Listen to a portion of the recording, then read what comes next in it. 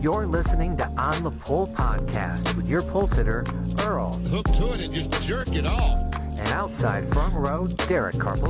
That is shoving the hot dog in the bun, right? All right, everyone. Welcome to the On the Pole Podcast. I'm your pole sitter, Earl. I'm sitting here with outside front row, Derreck. How's it going, Derreck? Tell me what's happening. It's going good. We just got some breaking news about 20 minutes ago. NASCAR moved the race, the Busch Light Clash at the Coliseum, up to today in about 2 hours. So it's about to get real and about to get heavy.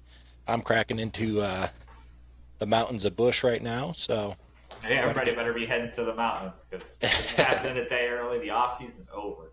Yeah, it's going hard. So they're going to base the qualifying on practice speeds, and they're only getting one practice session, I believe. So they're going to take the top 22 on practice speed, and the 23rd entry will be from owner's points. So you're going to be missing someone big's going to miss the show, and I'm sure hoping it's Chase Elliott. Yeah.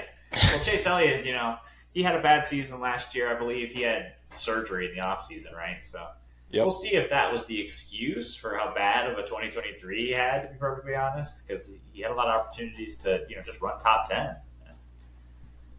Yeah, and he failed to really do that. So let's see who do you think is the biggest name that's going to miss the Clash this year with all the crazy that's already unfolding for the season? Well, somebody you got to look out for, and I love him to death, but Kyle Busch. Kyle Busch is inconsistent. Ever since he's gone to RCR, or even those last couple of years at Gibbs, we expect Kyle Busch to be up front, especially at a short track. But I feel like Kyle Busch is a name, that we expect to go far here, and they are good in owners' points. They won races last year. So, but if you go out there and you're not good off the truck this week, then you might not make the show. Yeah. I mean, Kyle Busch is definitely a realistic pick. I truly feel like it's going to be Joey Logano. Joey Logano, there's times where he's either hit or miss for sure, 100%, especially when there's not practice sessions prior to qualifying or races. They've been known to really miss by a lot. So I'm going with Joey Logano. Joey Logano's a good pick. He's very similar to Chase Elliott. He has a lot to prove. He should have run way better than they ran towards the end of last year. The significant thing about qualifying being set off practice is that the Coliseum is such a small track that we're looking at people running into each other and not being able to run an ideal lap because people are catching each other. I know they'll probably break it up into an A and B session, but it's going to be hard to get out there and make a clean lap. Oh yeah, for sure. And yeah, I mean, with the track being freshly paved and the oil still coming through the surface, I know is there a potential that it'll rain tonight? Do you know? In the forecast, it was a chance to rain tonight, but there was only a chance to rain Sunday as well. Last time I looked on Friday, apparently, obviously, that's there's a storm coming. I'm not sure what the chances are tonight. To race. We've seen this in the past where NASCAR tries to move a race up. I mean, we've never seen them move a whole day forward like this. But trying to move up an hour and then it rains anyway. That could be what we're facing. Yeah, and from what I saw before we started here, I was trying to catch up with Bob, and there's no a lot of the cars don't have the motor for the windshield as well, or has the windshield wipers in general. So even if it rains and they have the sprinkle tires, I don't think they're going to be able to really race anything over a light mist. So, and the forecast looked like it was going to rain from Sunday through like Wednesday. So I don't know how they're going to play that. Obviously, Truex, I believe, said that with the oils coming through the surface of the track, and when the track gets wet, it's just like pure ice. So it could be just absolute pandemonium. Yeah. And we know that's, entertainment. That sells. So I'm there for it. I mean, the Clash is supposed to be kind of a chaos event, but short track racing is a little more calculated than that. We've gotten a lot of just clean races the last few years. Let's see something where they're out there out of control. Yeah, and one thing that's going to be is surprising that they moved it back. I mean, obviously they're kind of forced to. Is the whole reason of the Clash is to get new people to come to see a NASCAR race, and just moving it up hours before it's going to start. I don't know how they're going to really expect to get a big turnout. Honestly, I mean, Yeah. the people And a lot of people, if they had traveling, might not have made it. yeah, and if they had bought a ticket and they're local and they're not NASCAR fans per se, they're not following Bob Pockris to know that the race is moved, and if they care enough to even come watch it. Yeah. I mean, as a fan sitting at home watching, a lot of people had plans Saturday night. There are people that are out right now having dinner, and they're going to transition that dinner into something else and not check their phone and not realize the Busch Light Clash. They're going to come home and turn the TV on at 10:30, and the Busch Light Clash is going to be halfway completed. Yep. Hopefully. Yeah, and Ryan Blaney will be celebrating in Victory Lane. I think Ryan Blaney wins everything now. He's just the greatest all of a sudden. I was watching the Full Speed Netflix show, and I haven't watched the last episode yet, but I watched the 4th episode, so one from last episode, and I forgot that Ryan Blaney even won Martinsville. So yeah, he's going back. Yeah, that was such a big win. We'll see what happens there for sure. Yeah, Ryan Blaney was always good at Martinsville. Going into that race, he had the best average finish of all active drivers at Martinsville, and he didn't have a win, and he won the race. Yeah. Yeah. I can't believe that I forgot that he won that, honestly. Yeah. It's hard to remember sometimes because the playoffs break into so many different storylines. Like, you wouldn't think that it's because that's what they show on TV, but that ends up being what you remember more often than not. Like in the past, when Greg Biffle would win Homestead every year and the points race was happening back in the teens positions, it's hard to remember who won that race. And it's similar now, where sometimes there's such a big playoff storyline happening that the guy that wins just wins and advances, and that's not really the story because you expected him to. That was this past year. It just felt like Blaney winning Martinsville came and went. Yep. Yeah, I agree. So I was on my way to just to get some general things for the house this morning, and Daytona's in the air because I saw a beat up old truck with a bumper sticker on the back and a 3 with a halo and wings, and I couldn't read the lettering underneath, but I knew it was a Dale sticker, so I had my wife Audra zoom in on her phone, and underneath that sticker, in nice fine print, it just said, "God needed a driver. Rest in peace." He also followed that up with another bumper sticker that said, "If you think my truck is smoking, you should see my wife." Oh, jeez. So that's NASCAR for you. Yeah. Yeah, I mean, around here you don't see much of that, so it's encouraging. Look at your shirt. Yeah. That's a pretty sweet shirt. Doing it for Dale. Doing it for Dale and doing it for the house. Yeah, the house. I've eaten Wendy's like 3 out of the last 4 days. NASCAR sponsorship. Yeah, same here. I mean, I was doing that before anyways. Yeah. Yeah. So, we obviously have the Clash coming up, so we'll probably cut this episode somewhat short, so we don't miss it, obviously. Yeah, but, Technical difficulties pushed us a little bit there. Oh, yeah, yeah. And so we have a lot coming up. We have so much to just debut tonight. We have the new Toyota, the new Ford. What are your thoughts on those? Well, I'm just excited to see if it has any, like, at a track like the Coliseum, are we really going to be able to learn anything about the way it performs? Probably not. We're still talking about common parts of the next gen. The body is kind of the wild card there. So I'm not sure it's going to have much of an effect tonight. I'm looking forward to that through the season, though. Like, that's been a storyline in past seasons, and I think we're getting back to it now, where some of those, it could be Ford, it could be Toyota, but one of them's not going to work. One of them's going to have an issue. They're going to push wrong. They're going to spin out at Atlanta, something like that. And Chevy's going to have to work hard to not fall behind in case everybody just starts dominating them with their, updated equipment. Yeah. But at the Clash, I don't think it's much of a factor. Right, yeah. And like you said, I don't think at the Clash you're going to see a big notice in the aerodynamics of it. But I'll tell you what, the Ford looks phenomenal. And Oh, I love I the guess, Ford. yeah, I saw some of the pictures this morning of them unloading. Looks sweet. One car that I thought was absolutely atrocious looking was the new Toyota in the renderings and some of the test pictures. I've not seen a good looking Toyota yet. I don't It's know. bad. Like, I saw the cars coming out this morning, and with the wraps, I don't know why, but they look better. They're not as cool as the Oh, old better. one. Yeah, Okay. they look better. Yeah. Um, Well, I mean, they had time to react to us seeing those Eric Jones photos from the test and everything like that. They're like, all right, we got to fix the way we're wrapping these cars because they suck. yeah. And they no longer look like a cat turd in a sandbox for sure. Oh, Jesus. But They're bad. That's putting it nicely. yeah, yeah. I mean, Toyota's honestly never really made a bad looking Cup car. They all look pretty decent. Most aggressive looking car on the track for sure, especially the last few years. But yeah, this new one, yeah, It's what I expected back in 2007. Like when they released the promo image of the Camry in 2007, I was pumped. I know you were too. You guys were making RC bodies and everything for it.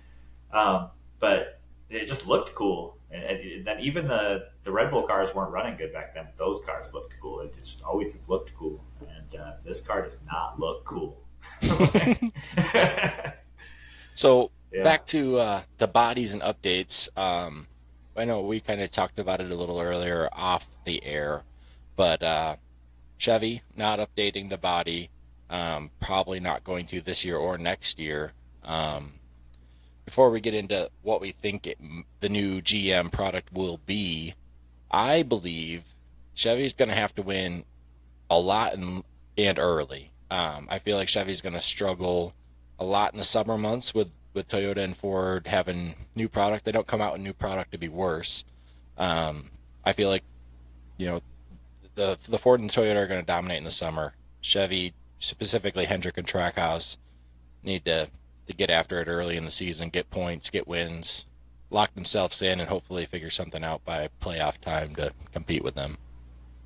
Yeah, I mean, and hopefully that's even possible depending on what kind of body upgrades they had there. There's a lot of intermediate not super speedway, mile and a halves and high speed tracks in the playoffs. So as you come late, like that's going to be important. And it could be the other way around. I'm not completely convinced that Chevy is going to be at a disadvantage with this. If you remember a couple of years ago, Chevy was the one that did it.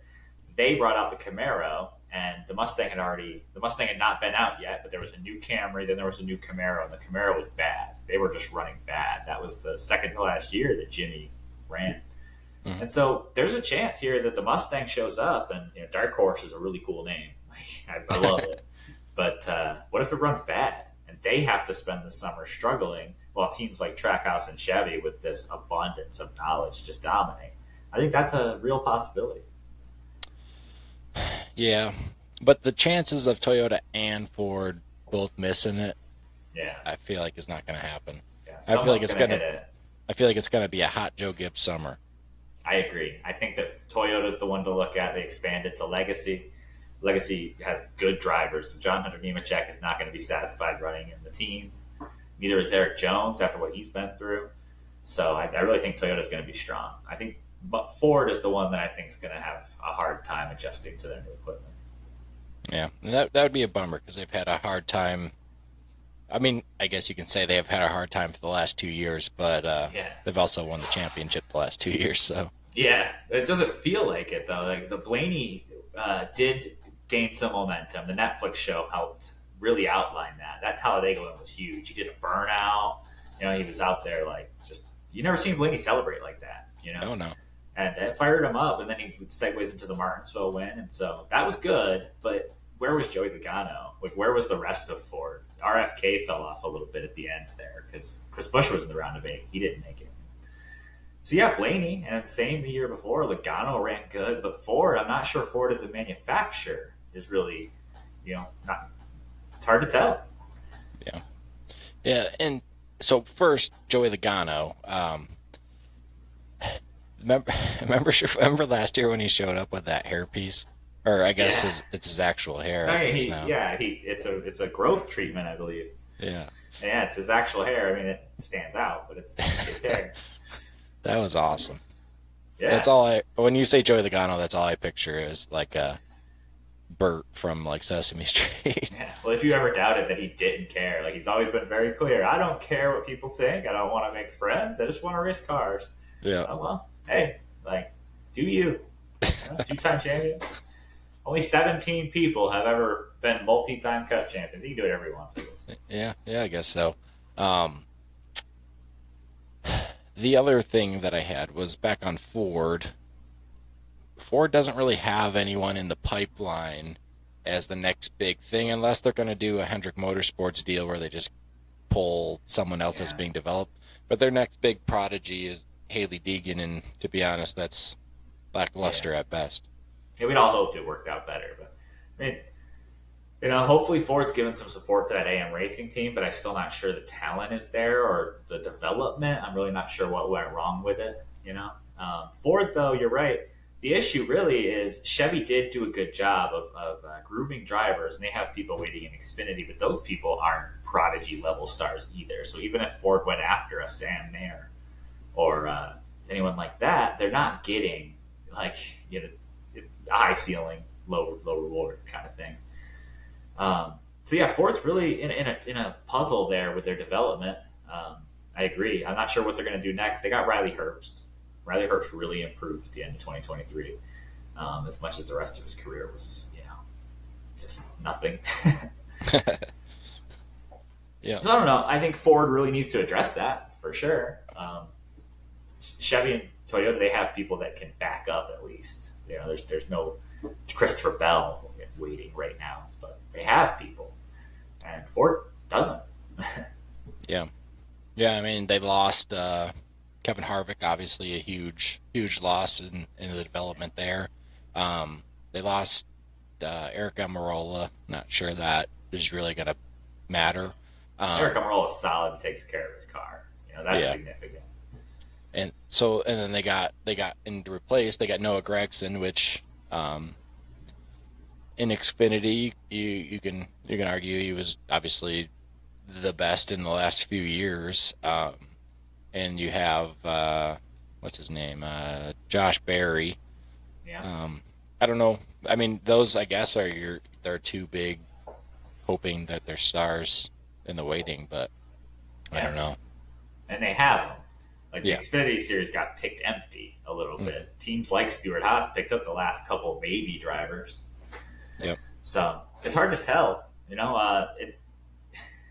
You look at a guy like Alex Bowman. Everybody's always putting Alex Bowman on the hot seat, and it's like hot seat for who? Like sure, Alex Bowman had an off season last year. So did Chase Elliott, but who's going to replace him anyway? Yeah. Let's circle back to Alex Bowman because we were talking the other day. Alex Bowman started out the year last year leading the points. No wins that I can remember, but he was very consistent, top 5s, top 10s, leading the points.